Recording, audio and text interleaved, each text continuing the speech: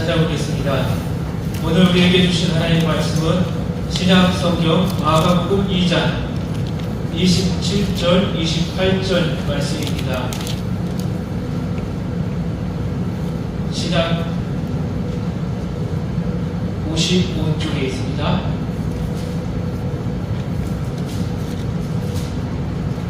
제가 말씀을 봉독하겠습니다. 또 이르시되 안식일이 사람을 위하여 있는 것이요 사람이 안식일을 위하여 있는 것이 아니니 이러므로 인자는 안식일에도 주인이니라. 아멘.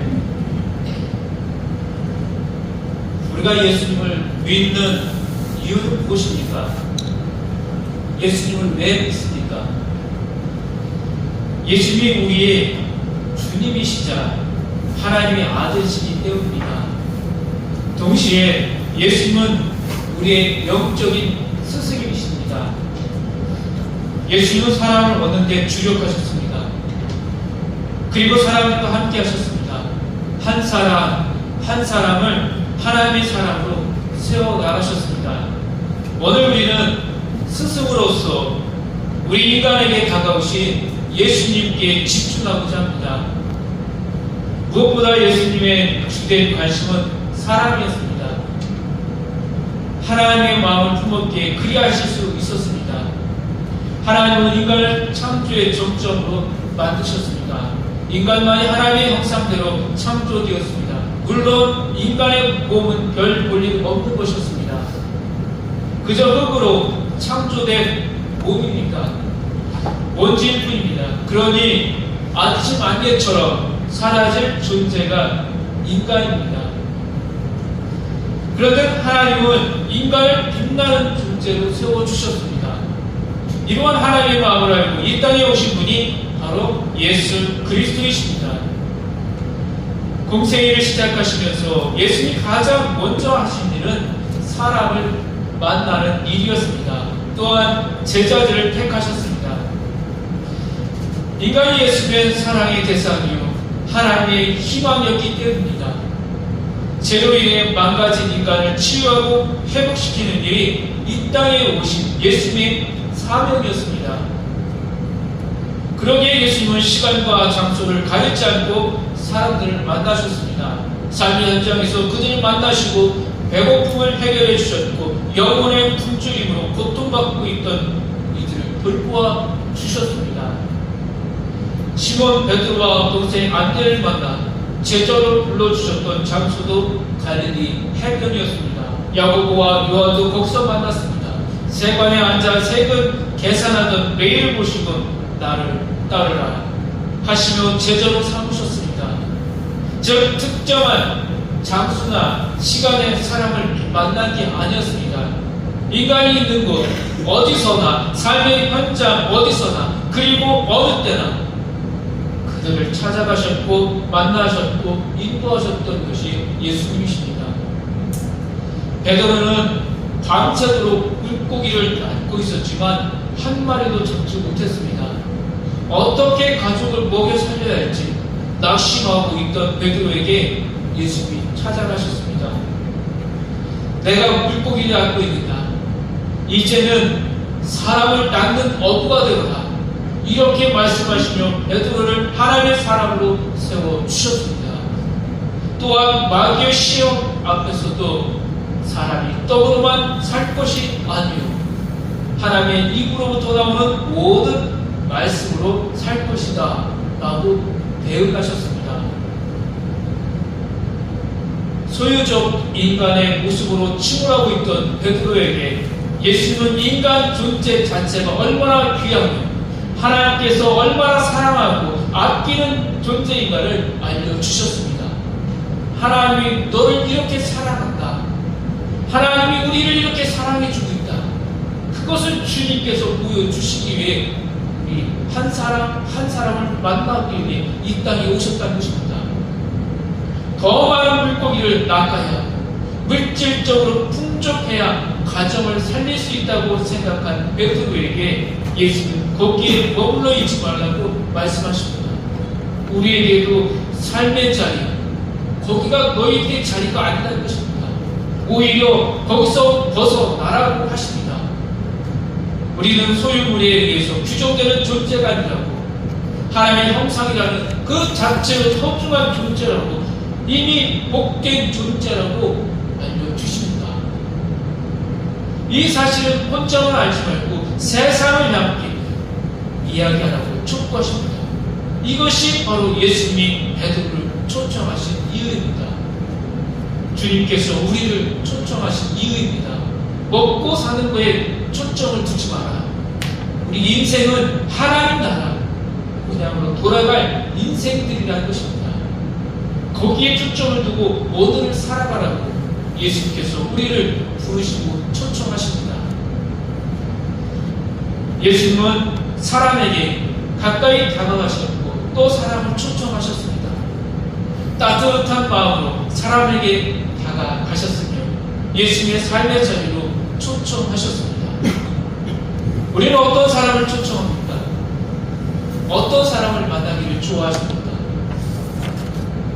힘있고 가진 게 많은 사람이 내 곁에 와주면 좋겠다는 생각을 하지 않습니까? 재물이 많은 사람, 인복이 많은 사람, 반대로 가진 게 없고 힘이 없는 사람이 내 곁에 오면 어떻습니까?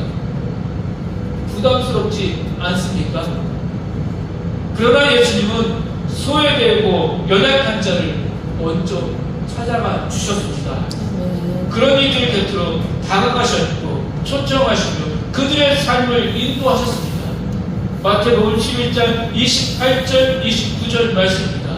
수고하고 무거운 짐진 자들아 다 내게로 오라. 내가 너희를 쉬게 하리라.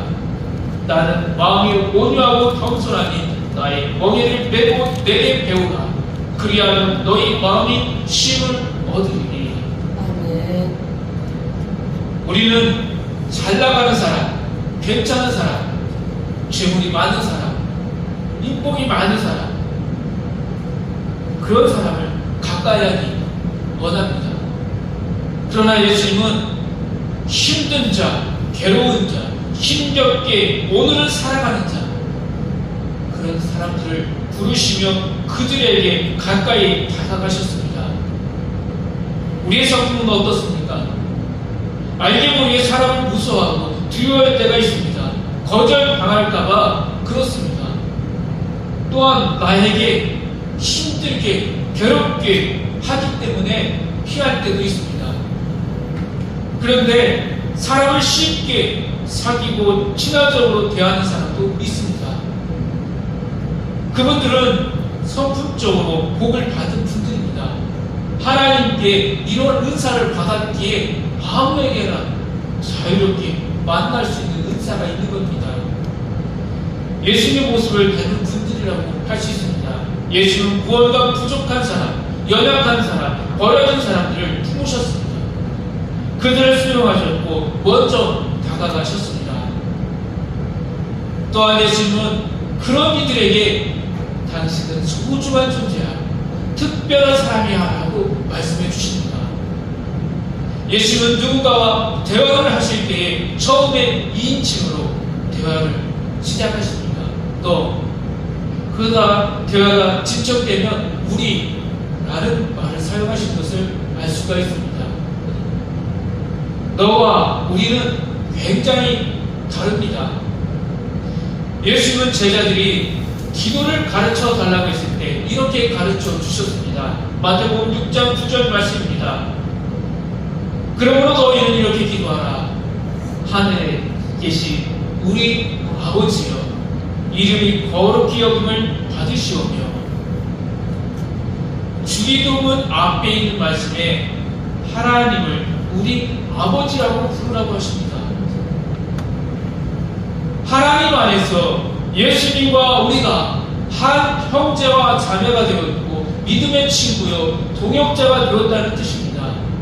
이런 우리로 하여금 엄청난 자부심과 자존감을 허락해주는 말씀입니다. 우리는 이제 예수님과 따로가 아니라 우리는 한 가족이 되었다는 것입니다. 예수를 믿는 것이 우리의 자랑이 되면 그것이 우리의 삶의 축복입니다. 예수님 안에 지혜와 생명, 평안, 우리의 인생의 모든 대답과 해답이 있습니다. 나아가 예수님은 인간의 고통에 응답하시는 분이십니다. 예수님은 우는 자와 함께 울고 웃는 자와 함께 웃는 삶이었습니다. 사랑하는 나사로가 죽었을 때 예수님이 베다니를 방문하셨습니다. 그때 나사로의 동생 마리아와 마르다가 예수님 앞에서 슬픔을 토로했습니다. 예수님은 나사로가 살아날 것을 아셨습니다. 그러나 주님은 그들의 고난에 동참하셨습니다. 그 아픔, 그 괴로움, 그 고통 가운데 함께 동참하기 위해 들어가셨다는 것입니다. 이처럼 예수님은 삶을 포기한 자들에게, 스스로 실패했다고 절망하는 이들에게, 낙심하는 이들, 이제 끝났다고 하는 인생 가운데 있는 자들에게 새로운 힘과 용기를 부어주십니다. 우리가 예수님께 나오는 이유가 바로 이것 때문입니다. 무거운 우리의 짐을 오늘도 주님께 맡기는 겁니다. 나의 인생사, 나의 가정사, 나의 모든 것을 오늘도 주님 앞에 맡기고 주님 앞에서 회복으로 나아가는 겁니다. 예수님의 목표는 뚜렷합니다. 인간을 얼려내는 것은 그 어떤 것도 허용할 수 없다는 겁니다. 질병도, 귀신의 세력도, 세상의 그 어떤 사상이나 이데올로기적 세력도 인간을 억압하거나 착취할 수 없다고 하십니다. 인간을 비인간화시키는 그 모든 것을 예수님이 거부하셨습니다. 본문이 그 사실을 우리에게 알려주고 있습니다. 본문 27절 말씀입니다. 또 이르시되 안식일이 사람을 위하여 있는 것이요 사람이 안식일을 위하여 있는 것이 아니니. 하나님이 주신 율법도 안식일법도 그 목적은 인간을 위하여 되어 있습니다. 인간의 평안, 자존과 기쁨을 위해 세워졌다는 겁니다. 그런데 이러한 쉼과 평안을 방해하는 법이라면 받아들일 수 없다고 하십니다.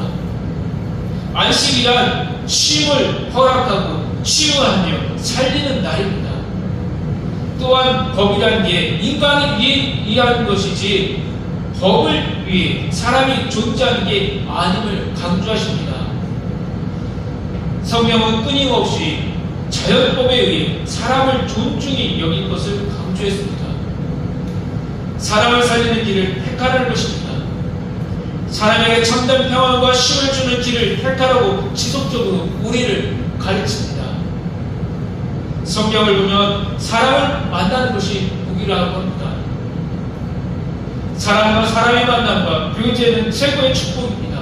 그러나 때로는 사람을 잘못 만나면 그게 화가 되고 불행이 될 수도 있습니다. 예수님도 그러셨습니다. 사람을 그렇게 좋아하시고 축복과 자비도 베푸셨지만 때로는 사람 때문에 고난의 길을 가셨고 결국 사람 때문에 예수님께서 십자가 죽음까지 짊어지셔야 했습니다. 그런데도 사람은 너무나도 소중한 존재입니다. 기독교 신앙은 진정한 휴머니즘을 지향하는 기독교라고 할 수 있습니다. 인간을 인간답게 만드는 본성이자 인간의 모든 것의 중심이 되는 사상이 이 휴머니즘입니다. 그렇다면 하나님이 없는 휴머니즘과 하나님 믿는 휴머니즘의 차이는 무엇이겠습니까? 하나님이 없는 휴머니즘은 어느 순간 교만의 길로 가게 되어 있습니다. 그러나 하나님이 있는 휴머니즘은 겸손을 잊지 않습니다. 하나님을 믿는 휴머니즘은 겸손하게 되어질 수밖에 없다는 겁니다. 이웃과 함께 나누어 줄 줄 아는 휴머니즘으로 바뀌어간다는 것입니다. 인간은 주체자입니다. 그러나 하나님 없는 주체자는 건방지게 변할 수밖에 없다는 겁니다. 하나님을 섬길 때 인간은 자신을 돌아볼 줄 알게 되고 잘못된 것도 회개하게 됩니다. 변화를 갈망하게 되고 다시 새로운 길을 향해 나아갈 수도 있습니다. 하나님을 믿기에 하나님의 형상대로 창조된 내가 얼마나 소중한 존재인지도 알게 되고 그만큼 이웃을 사랑하고 존중할 수 있게 되며 가진 것을 함께 나누는 복된 존재로 성숙하게 됩니다. 이러한 모습이 예수님이 우리에게 보여주신 모습이라고 할 수 있습니다. 우리는 다른 사람을 혐오하는 세태에 바라보며 안타까워하고 있습니다. 나이 드신 분들은 젊은이들을 못 미도하고 젊은이들은 나이 드신 분들을 받아들이기가 어려워하고 있습니다. 인간은 누구나 소중한 존재입니다. 어르신들은 젊은이들의 새로운 삶의 자리를 존중하고 인정해 주어야 합니다. 젊은이들 또한 어르신들의 지난 삶을 존경하고 존중해 줄 수 있어야 합니다. 남성은 여성을 존중하고 여성은 남성을 존중할 수 있어야 합니다. 나아가 얼굴색, 지역 차이, 문화 차이를 넘어 어떤 사람이든 소중하게 여기고 귀히 대할 수 있어야 합니다. 우리 이웃 나라의 사람이 계절 근로자로 우리나라에 들어와서 일하는 분이 있습니다. 또한 우리나라 안에는 다양한 민족이 들어와서 삶의 터전을 이루며 살아가는 분들이 있습니다. 북한 이탈 주민들도 있습니다. 우리는 이들에게 따뜻하게 대하며 대접할 수 있어야 합니다. 우리가 이들을 크게 환대할 때 하나님 더 크게 우리에게 긍휼을 베풀어 주십니다. 어쩌면 우리도 얼마 가지 않아 글로벌한 정책으로 단일 민족이라는 사고를 넘어서야 합니다. 더불어 사는 것은 소중한 일입니다. 대한민국의 인권도 소중하고 다른 나라의 인권도 소중합니다. 하나님의 형상을 입은 인간은 누구나 소중합니다. 사회 속에서 어떤 역할을 하고 있습니까? 우리의 삶의 방향을 바꾸면 엄청난 에너지가 생깁니다. 내가 예수의 마음으로 사람을 존중하고 사람을 만날 때마다 상대방을 하나님이 축복하는 신을 존재로 인정하고 바로 하나님의 형상을 가진 인간을 알고 하나님을 사랑하는 마음으로 상대방을 대하게 되면 우리 삶도 변화되기 시작합니다. 지도자란 이런 마음에서 시작됩니다. 예수님을 인간을 존중하고 인간을 사랑했던 것처럼 우리가 지도자라면 이런 마음이 있어야 한다는 것입니다. 내가 어떤 자리에 있든지 내 옆에 사람의 이야기에 귀를 기울일 수 있게 되면 내 주변의 사람들이 많아집니다. 바로 그 자리에서 하나님의 공의와 정의도 세워질 수 있습니다. 또한 하나님의 사랑과 의의 역사도 나타나게 되어 있습니다. 우리 믿음의 성도들이 이러한 예수님의 지도를 배우고 따라가며 이 땅에 하나님 나라를 세워 나아가기를 소망합니다. 기도하겠습니다.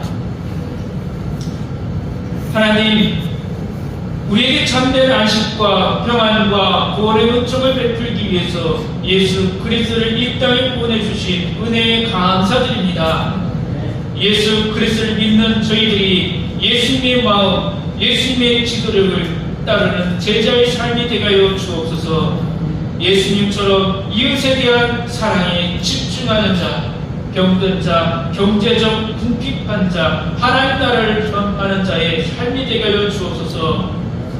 오늘 공동회의에 하나님의 은혜가 함께하여 주옵소서. 한 주간 우리 성도의 삶을 인도해 주시길 원하며 예수 그리스도의 이름으로 기도합니다. 아멘.